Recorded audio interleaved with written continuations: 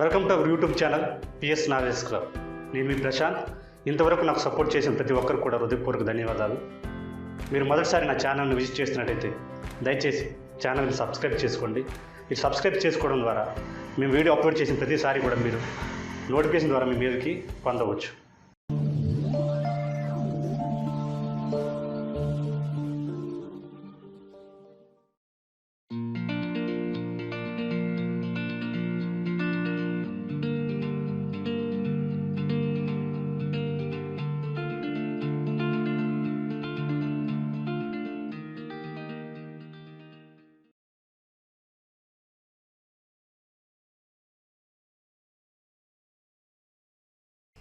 Before going into our today's word, let us review our yesterday's question. Okay, our yesterday's question is AEI-U.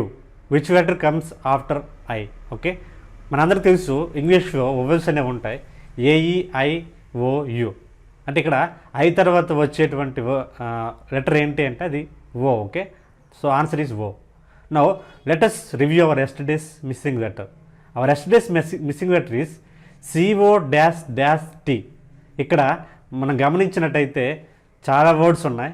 So maximum words మనం revise చేసే ప్రయత్నం చేద్దాం. Okay, COUNT count కూడా అవుతుంది, అలాగే COURT court కూడా అవుతుంది, అలాగే COAST కోస్ట్ కూడా అవుతుంది అనమాట. సో వీటిలో ఏదైనా సరే రైటే.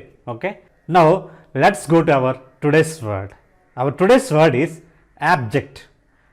ఆబ్జెక్ట్ కాదండి, యాబ్జెక్ట్. ABJECT యాబ్జెక్ట్. అదే ఆబ్జెక్ట్ అయితే OBJECT ఆబ్జెక్ట్ అవుతుంది. సో యాబ్జెక్ట్ అనేది మనం రెండు ప్లేసెస్లో వాడచ్చు. అది ఏంటంటే యాడ్జెక్టివ్ ప్లేస్లో వాడచ్చు, యాజ్ వెల్ యాజ్ నౌన్ ప్లేస్లో కూడా మనం వాడచ్చు. ఒకవేళ మనం యాడ్జెక్టివ్ ప్లేస్లో వాడాల్సి వస్తే నీచమైన, నికృష్టమైన, తుచ్చమైన, దుర్మార్గపు అనేటువంటి అర్థం వస్తుంది.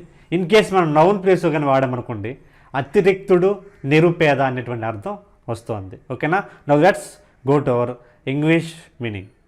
English meaning completely without pride or dignity. Okay, now let's go to example. Example, they live in abject poverty అంటే వారు నీచమైన పేదరికంగా ఉన్నారని, లేకపోతే హీనమైనటువంటి పేదరికంగా ఉన్నారు అని అర్థం వస్తుంది. ఓకేనా, now let's go to hour today's missing letter. Okay, fill in the blanks with missing letters. Okay, observe the word M-AL. Okay, ఒకవేళ కానీ మీకు ఆన్సర్ తెలిసినట్టయితే దాన్ని కామెంట్ బాక్స్లో మెన్షన్ చేయండి. Okay, let us observe the question in Telugu version. Okay, Harsha చరిత్ర గ్రంథమును ఏ భాషలో రాశారు? Question once again in English version. In which language wrote the book of Harsha చరిత్ర?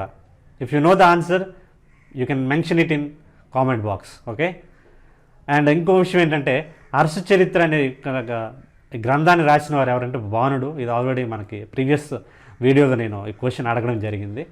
సో దాన్ని ఏ లాంగ్వేజ్లో రాశాడు అనేది క్వశ్చన్ అనమాట. ఒకవేళ తెలిస్తే దాన్ని మీరు కామెంట్ బాక్స్లో మెన్షన్ చేయండి.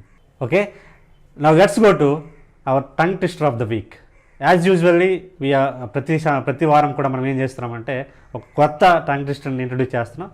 సో ఈ వారంలో కూడా ఒక టంగ్ ట్విస్టర్ చూద్దాం. Okay, now I will say the words first, then after we try to say it in fast. Okay, now Peter Piper picked a peck of pickled peppers.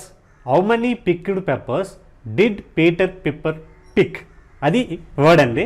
దీన్ని ఫాస్ట్గా చెప్పే ప్రయత్నం చేద్దాం. Peter Piper picked a peck of pickled peppers. How many pickled peppers did Peter Piper pick? Thank you for watching.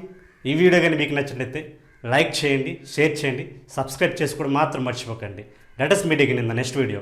Until then, this is Prashant signing out.